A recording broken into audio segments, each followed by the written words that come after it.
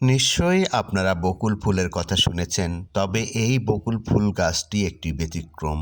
এই বকুল ফুল গাছটি লাগিয়েছেন কবিরুজ্জামান মোহাম্মদ শহীদুল্লাহ। আমরা চলে আসলাম তার নিজ বাড়ি মোংলার মিঠাখালীতে। এখানে ছিল বটেখানা ছিল। এখানে কবিরুজ্জামান মোহাম্মদ শহীদুল্লাহ আসতেন আর মানুষের সাথে কথা বলতেন। তবে তিনি নিচতলায় খুব কম আসতেন, দোতলায় থাকতেন। এখানে অনেক কবিতা তিনি লিখতেন। নিচতলার এই বারান্দাটা অনেক স্মৃতি রয়েছে।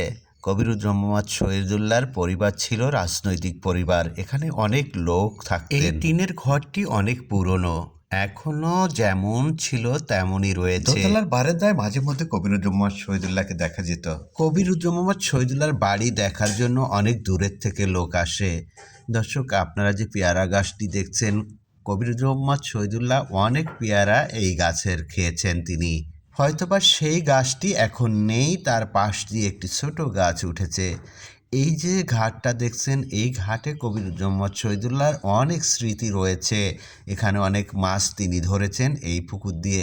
বাড়ির ভিতরের এই পুকুরটির একটি নাম রয়েছে, এর নাম ছিল তালবনে পুকুর।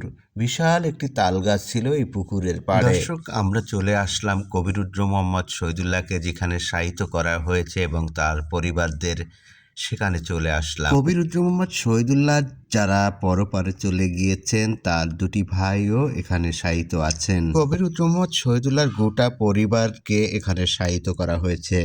কবিরুজ্জামান মোহাম্মদ শহীদুল্লাহরা ছিলেন 6 ভাই। 6 ভাইয়ের ভিতর কবিরুজ্জামান মোহাম্মদ সহ 3 ভাই তারা মারা গিয়েছেন।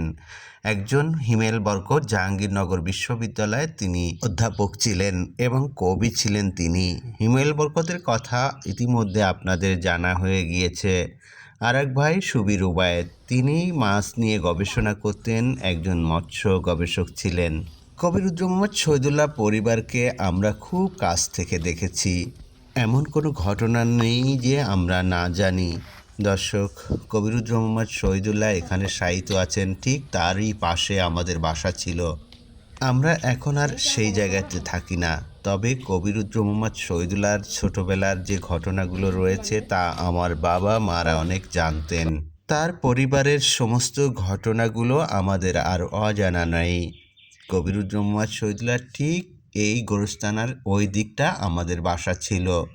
এখন আর আমরা এখানে থাকি না। কবিরুজ্জামান মোহাম্মদ শহীদুল্লাহর পরিবার নিয়ে কত স্মৃতি রয়েছে, কোনটা রেখে কোনটা বলি। তবে এখানে যারা শায়িত আছেন তাদের কিছু কিছু নাম হয়তো বলতে পারবো, আমরা পুরো নামটি বলতে পারবো না। কবিরুজ্জামান মোহাম্মদ শহীদুল্লাহর নানা ছিলেন ইসমাইল মাহাজন, মাহাজন বলেই ডাকতেন। তার মামা ছিলেন আবু বকর সিদ্দিক চেয়ারম্যান, তিনি এখানকার অনেক জনপ্রিয় ছিলেন। কবিরুজ্জামান মোহাম্মদ শহীদুল্লাহর মা এখানে শায়িত আছেন। তবে এটা কবিরুজ্জামান মোহাম্মদ শহীদুল্লাহর মামার পরিবারের আত্মীয় স্বজনরা এখানে বেশি শায়িত আছেন। তবে কবিরুজ্জামান মোহাম্মদ শহীদুল্লাহর সেজে মামা আলহাজ তৈয়বুর রহমান, তিনি ঢাকাতে শায়িত আছেন। কবিরুজ্জামান মোহাম্মদ শহীদুল্লাহ 6 ভাই 4 বোন। 4 বোনের ভিতর সকলেই বেঁচে আছেন। কবিরুজ্জামান মোহাম্মদ শহীদুল্লাহর 6 ভাইয়ের ভিতর 3 ভাই মারা গিয়েছেন আর 3 ভাই বেঁচে আছেন। দর্শক, আপনাদের আর একটা ভিডিও করে আমি জানিয়ে দেব যে কবিরুজ্জামান মোহাম্মদ শহীদুল্লাহ কোথায় থাকতেন, কোথায় ঘুমাতেন, কবিরুজ্জামান মোহাম্মদ শহীদুল্লাহর রুমটি কোথায় ছিল, সেই বিষয়ের উপর কথা বলবো। দর্শক, অবিলাসী মন, চন্দ্রে নাপাক, জ্যোৎস্নায় পাক, সামান্য ঠাই দাঁড়াও, নিজেকে প্রশ্ন করো কোন পক্ষে যাবে তুমি। কবিরুজ্জামান মোহাম্মদ শহীদুল্লাহর অংশ বিশেষ কবিতা। ভিডিও করতে করতে আজান দিয়ে দিল। আমি বিদায় নিচ্ছি। রুহুল আমিন গুরু, আসসালামু আলাইকুম। মা গো, জন্ম হয়েছে জুলাই 1911। বাবা, এই যে একজন মারা গেছে না।